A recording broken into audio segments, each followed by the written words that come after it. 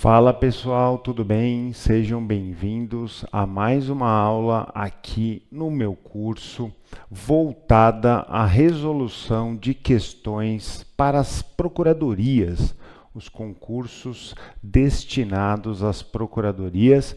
Eu sou o professor Rafael Brolio e vamos trabalhar aqui processo do trabalho. Sou professor aqui da casa há alguns anos e as questões relacionadas a este nosso encontro será de processo do trabalho. Então, sem mais delongas, a gente já passa para a primeira questão.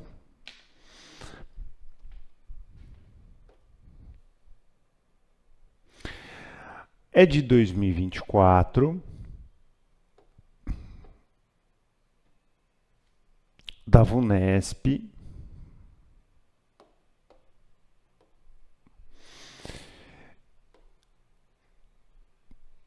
para a Câmara de Campinas e diz respeito à audiência no processo do trabalho. É correto afirmar. Vamos lá. O não comparecimento do reclamante à audiência. Então, a gente já sabe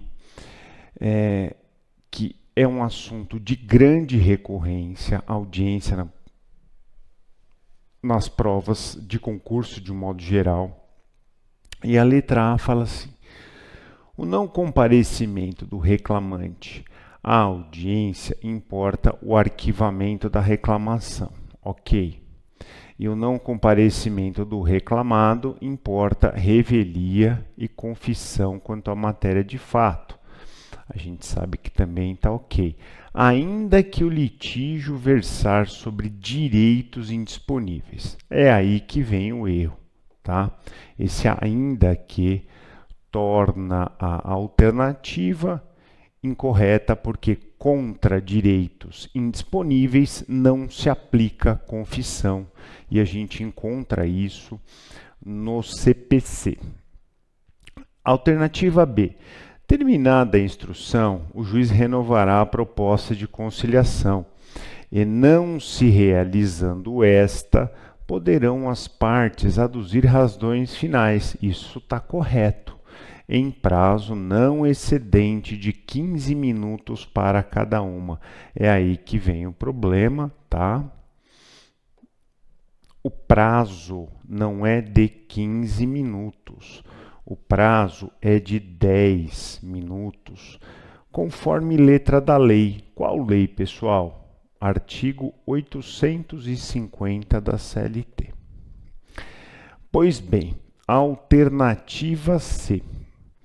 Ausente o reclamado, ainda que presente o advogado na audiência, não serão aceitos a contestação e os documentos eventualmente apresentados. Essa é uma disposição que está contra a lei, porque o juiz deve obrigatoriamente receber esses documentos, e isso está previsto lá no 844 da CLT, sendo mais preciso no parágrafo 4º. Então, o juiz deve receber, sim, tá, a defesa e documentos quando ausente a parte reclamada, mas presente o advogado. Letra D. O empregador poderá fazer-se substituir pelo gerente ou qualquer outro preposto, lembrando que estamos falando de audiência, que tenha conhecimento dos fatos, desde que seja empregado da reclamada, cujas declarações obrigarão o proponente.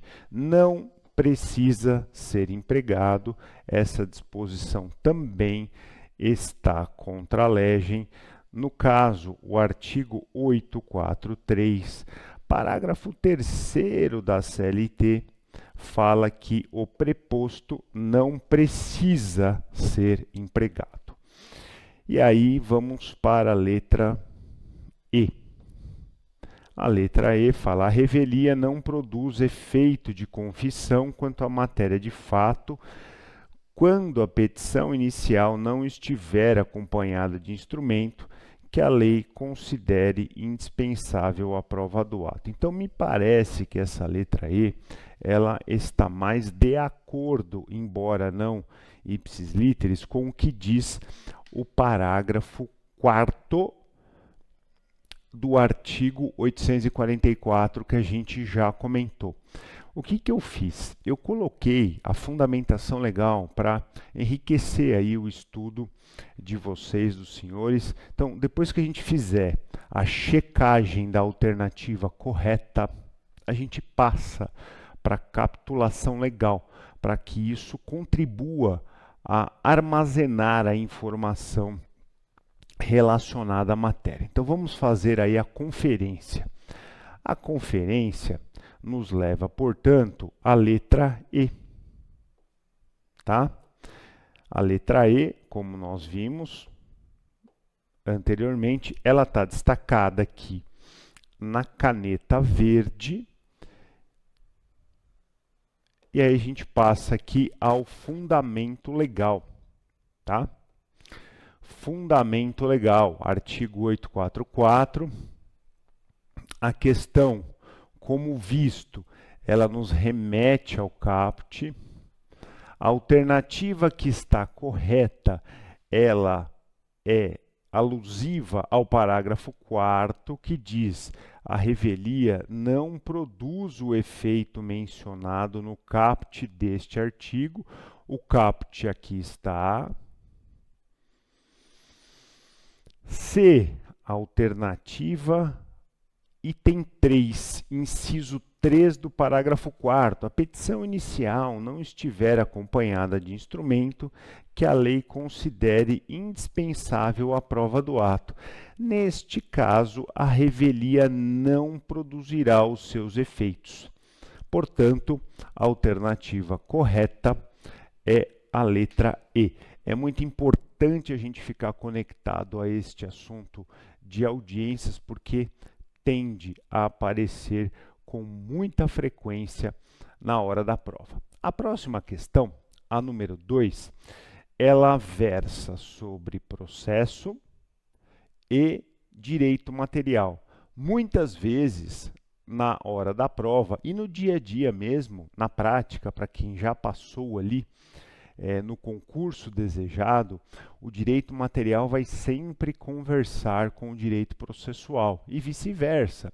Inclusive, nós temos institutos que são regulados tanto pelo direito material quanto pelo direito processual, prescrição. Por isso que se diz que a prescrição é um instituto bifronte, na medida em que aparece tanto no direito material quanto no direito processual. Então, próxima questão, questão de número 2, tratando ao mesmo tempo direito material com direito processual. É de 2024, Fundatec, Prefeitura de Criciúma. O concurso é para procurador municipal, tá? E pergunta a questão: acerca da arbitragem no processo do trabalho, assinale a alternativa incorreta.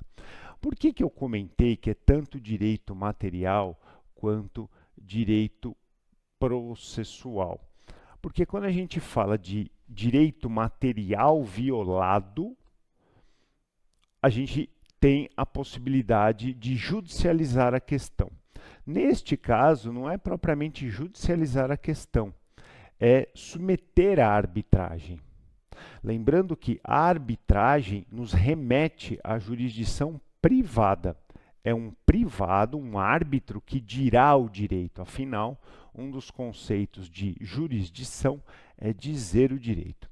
Por outro lado, a gente sabe que, na grande maioria, por se tratar de direitos indisponíveis, é só o Poder Judiciário, a jurisdição estatal, que pode atuar nessas circunstâncias. Então, de um lado, a gente tem a jurisdição privada, arbitragem, e de outro lado, a jurisdição estatal, quando o Estado, juiz, diz o direito. Neste caso, quando a gente trata de cláusula compromissória, nós vamos encontrar uma previsão no artigo 507-A da CLT. Então, fica como tarefa de casa o artigo 507-A da CLT. Vamos à análise da incorreta. Para que seja pactuada a cláusula compromissória de arbitragem, é necessário que a remuneração do empregado seja superior a 2 vezes o limite máximo estabelecido para os benefícios do regime geral de previdência social. Está ok? Isso consta do artigo comentado 507-A da CLT. Tá? Alternativa B. A concordância expressa do empregado sobre a cláusula compromissória constante de um contrato individual de trabalho de arbitragem é um dos requisitos para a validade da cláusula, certamente, especialmente na hipótese em que a pactuação da cláusula não se deu por iniciativa do empregado. Tal premissa também vem inserida no artigo de lei aqui comentado, tá? Lembrando que a gente precisa identificar a alternativa incorreta. Letra C. Exige-se nível superior para que o empregado possa pactuar cláusula compromissória de arbitragem. Esta não é uma premissa verdadeira, tá? Eu preciso entender outro artigo que está na fundamentação legal, que é o 444, tá? Quando a gente fala desse empregado com diferencial remuneratório, nós vamos encontrar tanto na CLT, no 444, quanto no 507. Acontece que esta questão, ela nos remete ao 507-A. E no 507-A não há esta exigência, tá? Vamos analisar as demais para fortalecer aí o nosso estudo. Mesmo antes da inserção do 507-A na CLT, já havia permissivo constitucional para que a arbitragem fosse utilizada como meio de resolução de conflito coletivo de natureza econômica. Sim, essa premissa é verdadeira. E a gente vai encontrar lá no 114, parágrafo 2º, não da CLT, mas da Constituição Federal, que também eu fiz a inserção na fundamentação legal deste material. Letra E. A arbitragem, diz a alternativa E, pode ser um dos meios para determinar a regência das relações obrigacionais entre empregado e empregador no período de greve. Também é verdadeira essa premissa. E isso está na Lei 7783 de 89. Portanto, a alternativa que devemos assinalar é a letra C, tá? A incorreta é a letra C, porque aí vem a fundamentação legal. Como comentado, nós temos o 444, parágrafo único da CLT, pois essa exigência de diploma de nível superior só aparece aqui, mas não aparece no 507-A, porque no 507-A ele diz que apenas é exigido o diferencial remuneratório. E o examinador quis confundi-los, tá? O diferencial remuneratório, ele só vai existir, na verdade, ele existe tanto aqui, diferencial remuneratório, vou colocar em verde para facilitar. Ele existe aqui, tá? E ele também existe aqui. E tem uma pequena diferença. Aqui no 444 fala igual ou superior. Enquanto que no 507 só fala superior. E só no 444, de novo, repetindo, é que se exige o diploma de nível superior. Então, resumindo, o 444, que é uma norma de direito material, ele fala assim: quem pode negociar diretamente com o sindicato da categoria patronal? O empregado que seja portador de diploma de nível superior e possua um diferencial de salário igual ou superior a 2 vezes o limite máximo do RGPS. Este é o 444. Então, ele diz o quê? Qual é a mensagem? Este empregado que preenche esses 2 requisitos, ele pode negociar com o sindicato da categoria patronal, que é do empregador, diretamente. Esta questão do 444 não se confunde com o 507A, que é o objeto da nossa pergunta de número 2. Quem é que pode ter uma cláusula compromissória no contrato? Ou seja, se houver uma lide, um problema, quem pode ter essa cláusula compromissória para que a arbitragem resolva? É aquele empregado que tem um diferencial remuneratório. No caso, acompanhando aí, aquele que tem uma remuneração superior, não é igual ou superior, a 2 vezes o limite máximo do RGPS. Então, são diferenças pequenas que a gente tem que estar craque na leitura da codificação. E eu não me refiro só a CLT, CPC, Constituição Federal e por aí vai, tá? Agora, completando aqui, como mencionado, tem a lei de greve, tá? Que diz respeito à alternativa E. Pode haver arbitragem. E também tem o artigo 114, que fala que na negociação coletiva também pode haver arbitragem. Isso está aqui na letra de número D. Ok? Então, depurada a questão, analisada a questão, a gente passa para a de número 3. Questão de número 3 do nosso bloco.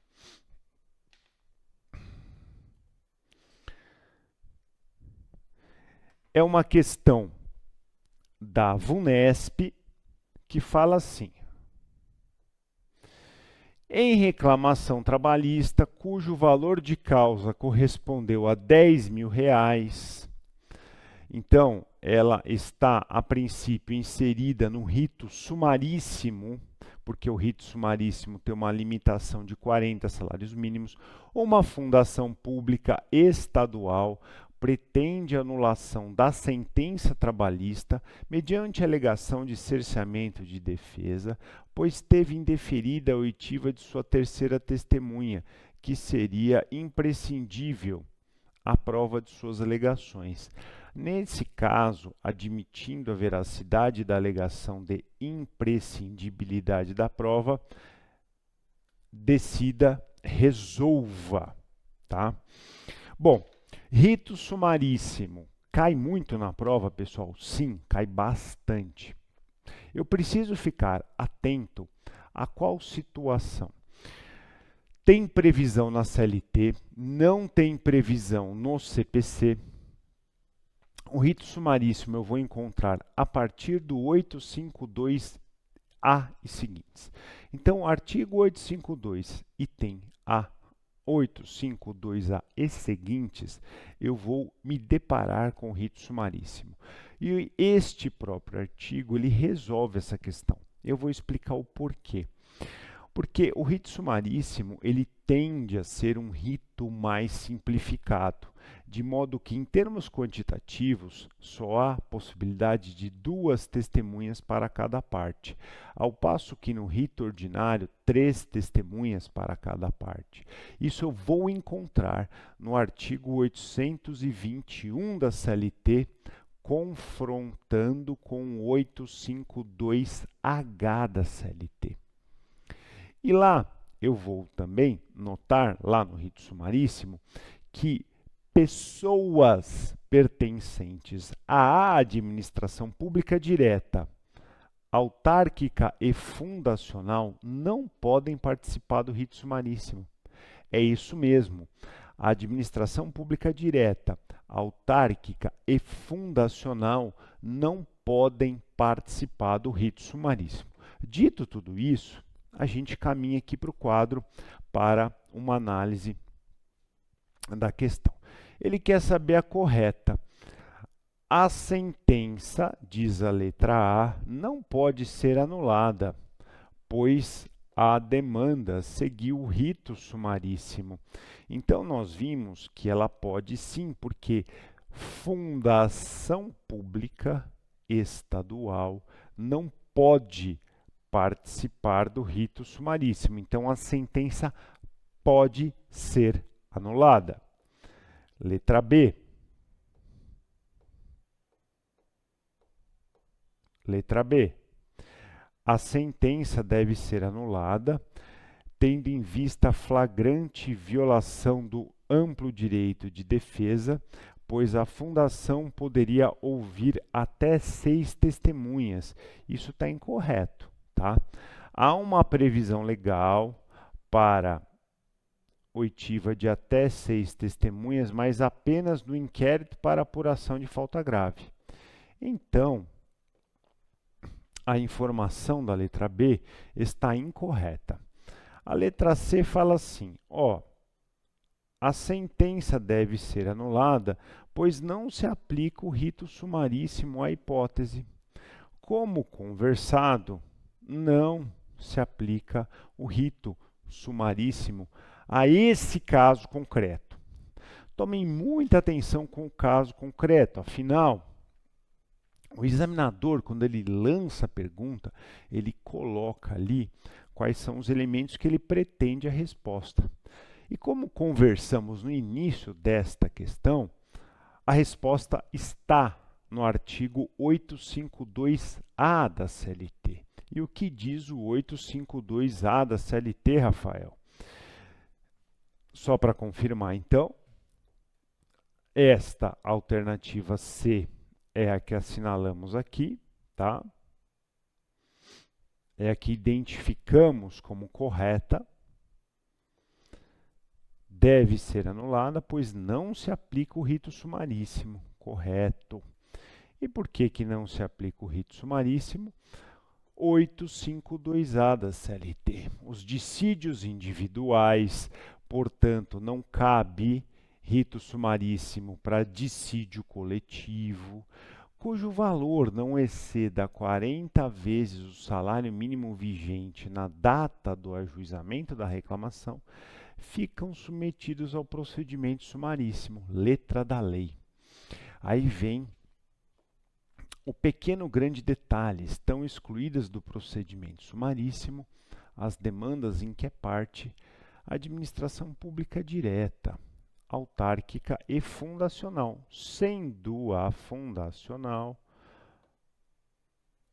o nosso contexto da questão.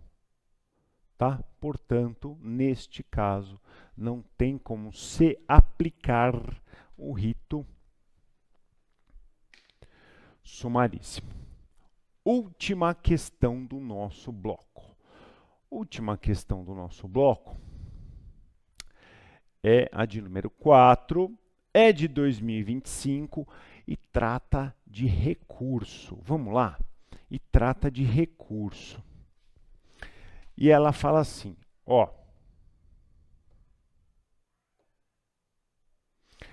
os embargos de declaração os embargos de declaração. Começa a letra A.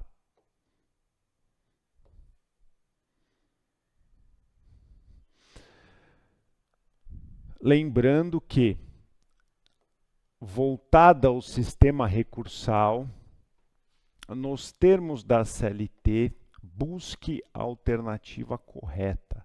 Uma questão de 2025, como comentada, da VUNESP. Os embargos de declaração suspendem. Se ele quer, de acordo com a CLT, a gente já tem uma informação incorreta aqui, porque embargos de declaração, quando geram esse efeito, é um efeito de interrupção. Tá? Então já para por aí. Letra B. Os embargos de declaração interrompem o prazo para interposição de outros recursos por qualquer das partes, ok? Ainda que intempestivos, aí vem a incorreção. Se forem intempestivos, não interrompem prazo. Alternativa C. O agravo de instrumento interposto contra despacho que não receber agravo de petição suspenderá a execução da sentença. Não suspenderá. Tá? Então, aqui faltou a palavra não. Letra D. Poderá o relator monocraticamente denegar seguimento ao recurso de revista, que tem previsão no 896 da CLT, que não demonstrar transcendência, cabendo agravo desta decisão para o colegiado. Este agravo para o colegiado é o agravo interno, pois é uma decisão monocrática. Então, ao que tudo indica, essa letra aí está correta e em consonância com os artigos seletistas que tratam do recurso de revista que eu deixei na fundamentação legal. Vamos só dar uma espiada aí na letra E. A letra E, ela fala assim, olha, o juízo de admissibilidade do recurso de revista exercido pela presidência dos tribunais regionais do trabalho abrange a análise dos pressupostos intrínsecos, extrínsecos e o critério da transcendência. Não, este critério da transcendência, ele acaba sendo analisado em regra ali pelo TST. A gente tem o juízo a quo e o juízo a de quem. No caso do recurso de revista, o juízo a quo é o TRT, está lá no TRT, e o juízo a de quem no recurso de revista, quem analisará o recurso, é o TST. A análise de critério de transcendência é feita lá no TST. E aí, nós temos aqui a alternativa D como a correta, tal como nós identificamos aqui atrás, tá?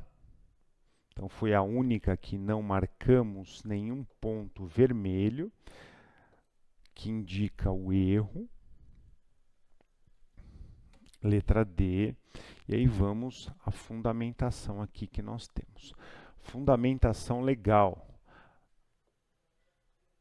O Tribunal Superior do Trabalho, TST, para efeitos didáticos, a terceira instância, no recurso de revista, examinará previamente se a causa oferece transcendência com relação aos reflexos gerais de natureza econômica, política, social ou jurídica.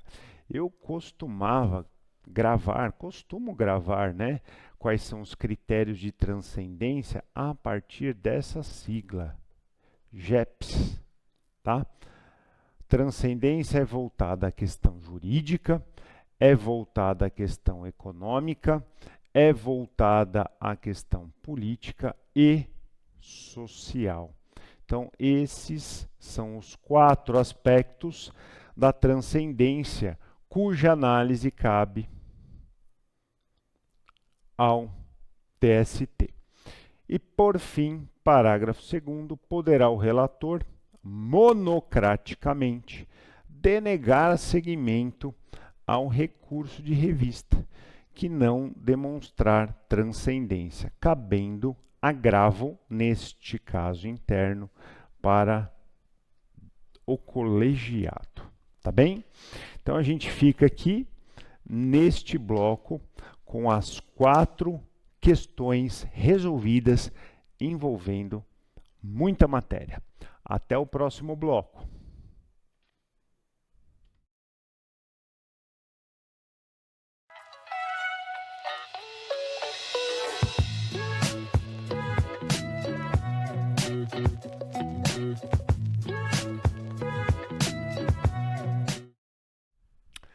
Fala pessoal, seguindo então em mais um bloco de resolução de questão para os concursos voltados às procuradorias. Nós vamos trabalhar também neste bloco 4 questões e também estou trazendo a fundamentação legal para alicerçar, para embasar, para enriquecer ainda mais o estudo de vocês, dos senhores, rumo à tão sonhada aprovação. É só persistir que o resultado vem. Questão de número 5, tá? Em sequência a outro bloco, mas a primeira deste bloco, que trata da Prefeitura de Vila Velha. No que toca ao tema Fazenda Pública e reexame necessário, considere a jurisprudência consolidada do TST, é lícito afirmar que... Então, vejam só, primeira coisa, quem é a Fazenda Pública, turminha? A Fazenda Pública, nada mais, nada menos, é a administração pública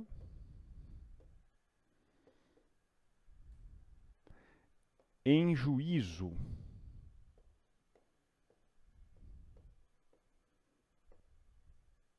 Tá? Então, fazenda pública é a administração pública em juízo. Percebam que o que o examinador quer? Ele quer saber do que a jurisprudência consolidada do TST trata. Então, eu vou ter que estar antenado ao que o TST dispõe sobre essa matéria. Tem uma súmula, ela é relativamente grande, é a súmula 303, já antecipo, ela resolve o nosso problema. Afora isso, nós temos um artigo no CPC muito utilizado, que é também o 496.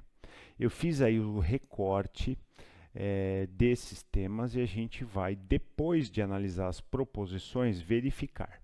Então, vamos lá.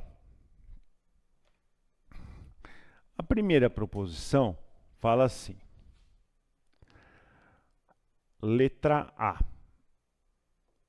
A decisão judicial emanada da Justiça do Trabalho, contrária ao município de Vila Velha, em quantia correspondente a 50 salários mínimos, está sujeita ao reexame necessário. A gente vai ver que este limite, de acordo com o 496, está em desacordo, portanto, está sujeita, induz a erro. Letra B. Em ação rescisória, a decisão proferida pelo TRT está sujeita ao duplo grau de jurisdição quando desfavorável ao ente público, mesmo que esteja fundamentada em OJ do TST, esse mesmo que nos leva a erro, porque se está calcada em OJ do TST, isso a gente vai ver que contraria a súmula 303. Letra C. Está sujeita ao reexame necessário em valor correspondente a 2.000 salários mínimos. Então, este número aqui me parece que está incorreto, tá? E ainda por cima, ainda que a decisão esteja fundamentada em entendimento coincidente, esse ainda aqui também não está legal. A letra C, a letra D, na verdade, né? A letra D, na verdade, ela fala assim: entendimento firmado em incidente de resolução de demandas repetitivas. O nosso famoso IRDR, tá? Ou de assunção de competência, IAC. Então, aqui temos o IAC, o IRDR. É fato impeditivo do reexame necessário, salvo se for decisão contrária a um Estado em quantia igual ou superior a 500 salários mínimos, caso que o juiz deve determinar a remessa. Bom, aqui, como eu disse, né, nós temos uma questão voltada ao IRDR, que é o incidente de resolução de demandas repetitivas, cuja aplicabilidade ao processo do trabalho existe, e também temos uma questão voltada ao IAC, que é o incidente de assunção de competência, tá?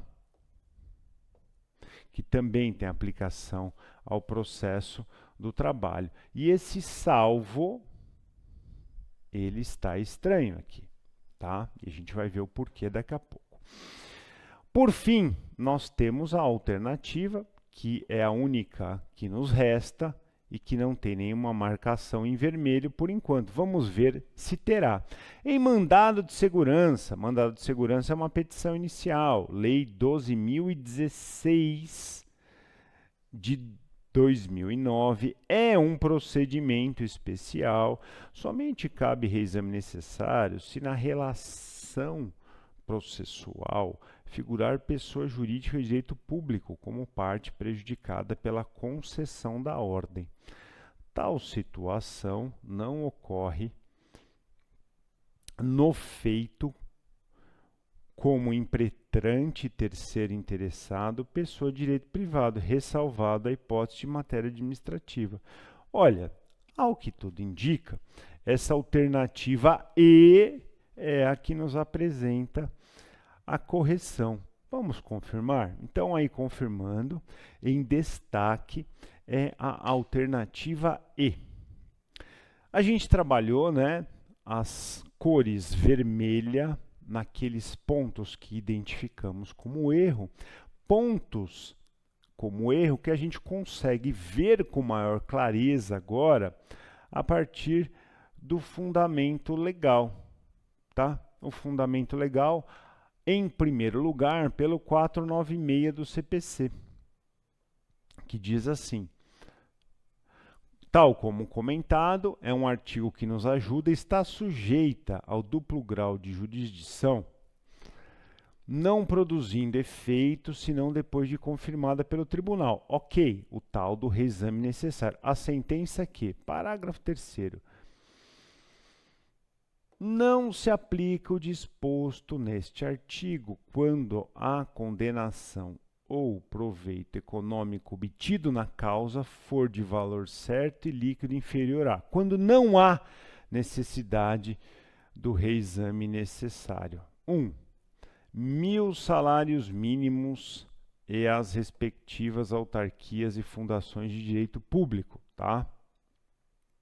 Então, aqui eu não vou precisar, se for inferior a 1.000 salários mínimos para a União, se for inferior a 500 salários mínimos para os estados, o Distrito Federal e as respectivas autarquias e fundações de direito público e os municípios que constituam capitais dos estados, e 100 salários mínimos para todos os demais municípios e respectivas autarquias e fundações de direito público.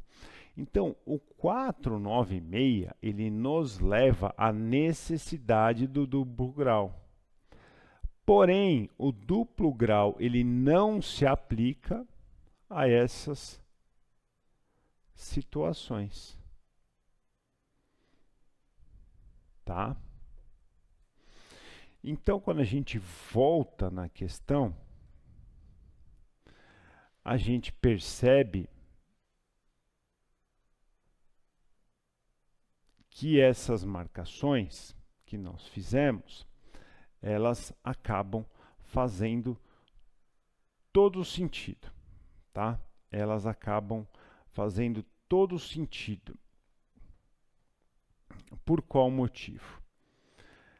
Para completar, nós temos aqui a súmula 303 do TST. E aí a gente arremata. Também não se aplica ao duplo grau de jurisdição a decisão fundada em. E aí isso completa o que a gente analisou lá atrás. Súmula OJ do TST. Tá? Não se aplica se a decisão estiver fundada em súmula OJ do TST. Não tem reexame necessário. Também não tem reexame necessário se o acórdão proferido pelo STF ou pelo TST em julgamento de recursos repetitivos. Então neste caso também. Entendimento firmado em IRDR ou assunção de competência. Então aqui também não tem o duplo grau. Então vejam nessa questão em especial, né? O enunciado, ele fala assim, é lícito afirmar. É lícito afirmar, tá aqui, ó, é lícito afirmar.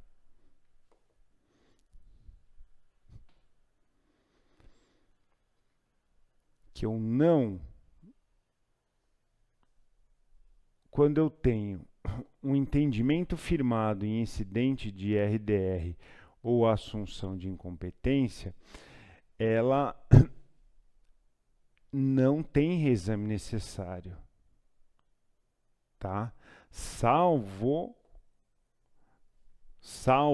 se for decisão contrária a um estado da federação em quantia igual ao superior. Esse salvo, ele nos leva à incorreção, tá? E aí, a gente prossegue. Quando também não tem o reexame necessário, letra D, entendimento coincidente com orientação vinculante, firmada no âmbito administrativo, próprio ente público, consolidado em manifestação, parecer ou súmula administrativa. E aí tem o complemento, né? Tem um complemento aqui. Inciso 13, inciso 4. Em ação rescisória, a decisão proferida pelo TRT está sujeita ao duplo grau de jurisdição obrigatório, quando desfavorável ao ente público, exceto nas hipóteses dos incisos anteriores. E, por fim, a proposição que está correta. A letra E está exatamente de acordo com o item 4. Em mandado de segurança, somente cabe reexame necessário se na relação processual figurar pessoa jurídica de direito público como parte prejudicada pela concessão da ordem. Tal situação não ocorre na hipótese de figurar no feito como impetrante, terceiro interessado, pessoa de direito privado, ressalvada a hipótese de matéria administrativa. Muito bem, então com isso a gente fecha essa questão de número 5, a primeira do bloco. Próximo item. O próximo item fica por conta de uma questão inédita. Muito bacana essa questão inédita. Eu acabei criando. Por quê? Porque ela trata de um tema muito importante, que é precedente vinculante. teses firmadas, tá? Então, como é que a gente vai equacionar essa análise aqui? Nós vamos analisar as proposições e ver se elas estão corretas. Ao final, eu vou disponibilizar quais são os temas, as teses relativas às proposições. Alternativa A, a pretensão de devolução de valores pagos a maior ao exequente não pode ser processada nos próprios autos de execução, devendo ser pleiteada em ação própria sob pena de ofensa aos princípios do devido processo legal, da ampla defesa e do contraditório. Essa alternativa está incorreta. Letra está correta. A letra B, a constatação do inadimplemento do devedor principal não autoriza o redirecionamento da execução para o subsidiário independentemente do exaurimento da execução contra o obrigado principal e seus sócios, salvo na hipótese de indicação de bens do devedor principal que efetive comprovadamente bastem para satisfazer integralmente a execução. Muito bem, esse não, ele está aqui a mais, tá? Ele leva à incorreção. Esse não, ele está a mais, ele leva à incorreção. A incorreção por quê? Porque a constatação do inadimplemento do devedor principal autoriza. Não tem esta palavra não, tá? E, consequentemente, se esta já é a incorreta, as demais estão corretas, vamos só checar. Letra C, a exigência de garantia integral da dívida na fase de execução se aplica às empresas em recuperação judicial, dela dependendo do conhecimento dos embargos do devedor e os recursos subsequentes na fase de execução. Está correta. Letra D. Compete à Justiça do Trabalho a execução de ofício da contribuição referente ao SAT, Seguro de Acidente do Trabalho, que tem natureza de contribuição para a Seguridade Social, pois se destina ao financiamento de benefícios relativos à incapacidade do empregado decorrente de infortúnio no trabalho. Então, portanto, a alternativa que a gente tem que assinalar é a de letra B. E aí, na fundamentação legal, eu coloco as teses, tá? As teses nas letras A, C e D estão corretas. Duas delas, A e D, já houve trânsito em julgado. A letra C, o mérito do tema já está julgado. Por que que a letra B, a qual devemos assinalar, está incorreta? Porque tem um não inserido e que leva à incorreção da questão.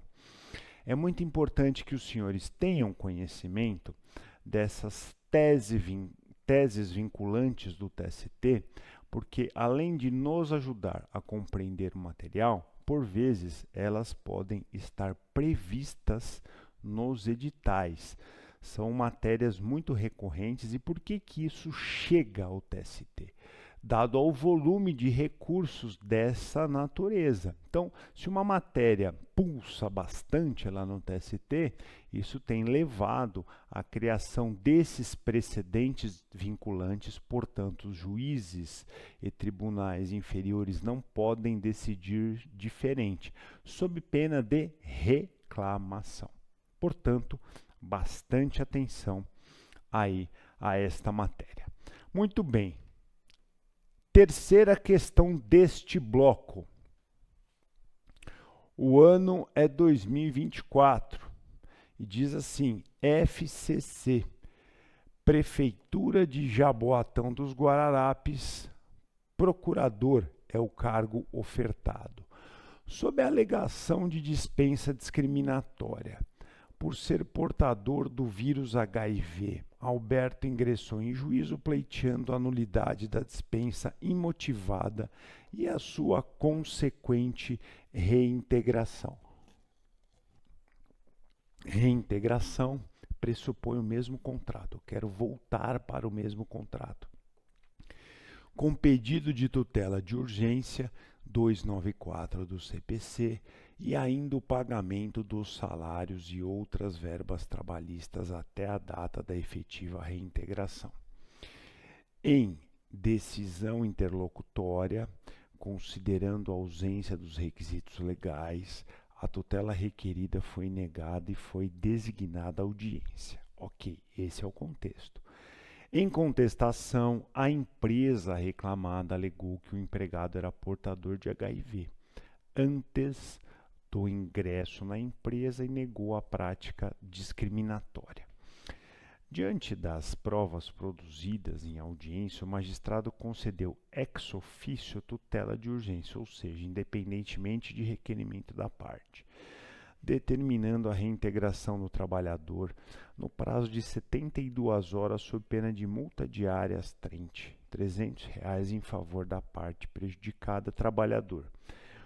Contra a tutela concedida, a empresa adotou a medida judicial cabível.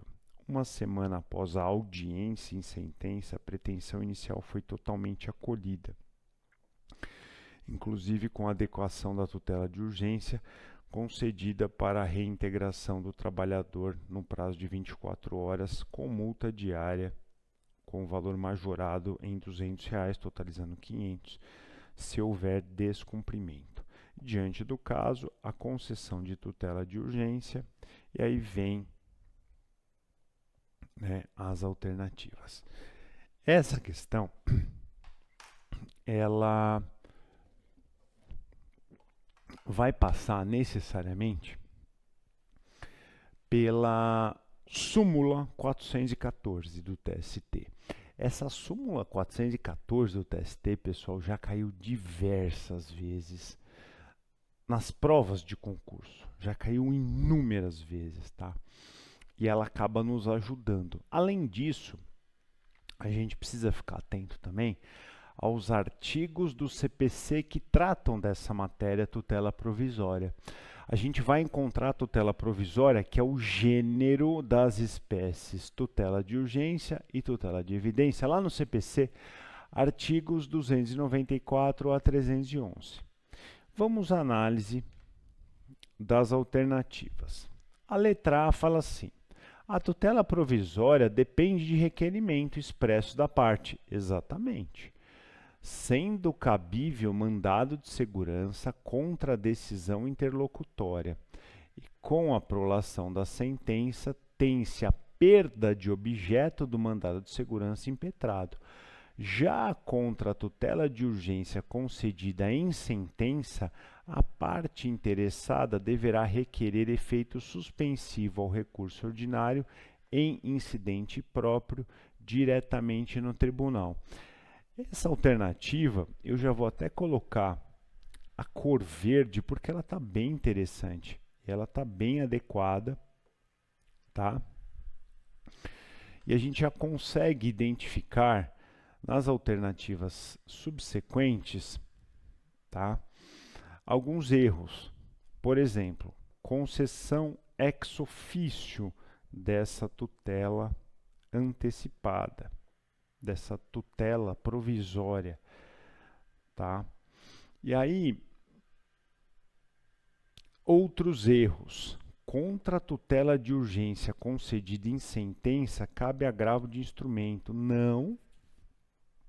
E a letra D, qual é o ponto que nos leva à incorreção, tá? Com a tutela de urgência concedida em sentença, a parte interessada deverá adequar o mandado de segurança. Não, porque ele vai perder o objeto. Então, só trabalhando um pouco mais aí essa questão, agravo de instrumento que está na letra B, cabe no processo do trabalho, sim, com uma única finalidade, destrancar recurso. Isso eu vou encontrar lá no 897 da CLT. Letra C fala de concessão de ofício. Não. Letra D fala de concessão de ofício. Não. Letra D fala de deslocamento do mandado de segurança. Não, porque com a concessão da sentença, com a prolação da sentença, o mandado de segurança ele vai perder o objeto. Então vamos lá ao item correto, letra A, e a fundamentação legal, essa súmula 414 do TST, que disciplina o seguinte: a tutela provisória concedida na sentença não comporta a impugnação pela via do mandado de segurança, na sentença, por ser impugnável mediante recurso ordinário. Ok, é admissível a obtenção de efeito suspensivo ao recurso ordinário mediante requerimento dirigido ao tribunal, ao relator ou ao presidente ou ao vice-presidente do tribunal recorrido por aplicação subsidiária do processo do trabalho do artigo 1029, parágrafo 5º do CPC, tá? Então aqui nós temos 3 itens na referida súmula que já caiu diversas vezes nas provas de concurso, de um modo geral. No caso de tutela provisória ser concedida ou indeferida antes da sentença, cabe mandado de segurança, em face da inexistência de recurso próprio. Aqui sim.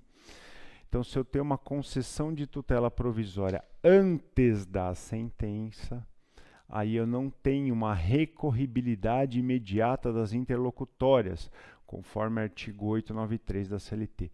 Neste caso, eu posso me valer do mandado de segurança à falta de outra medida, porque o mandado de segurança, ele segue um procedimento especial, é uma petição inicial e tem um caráter residual.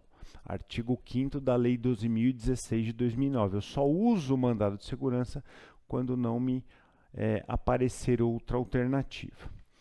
E a letra D, e o item 3, ele fala assim: a superveniência da sentença nos autos originários faz perder o objeto do mandado de segurança, o que leva à incorreção das alternativas, de uma delas lá atrás, que impugnava a concessão ou indeferimento da tutela provisória. Portanto, bastante atenção na súmula 414 do TST. Última questão do bloco. Ela fala assim: olha,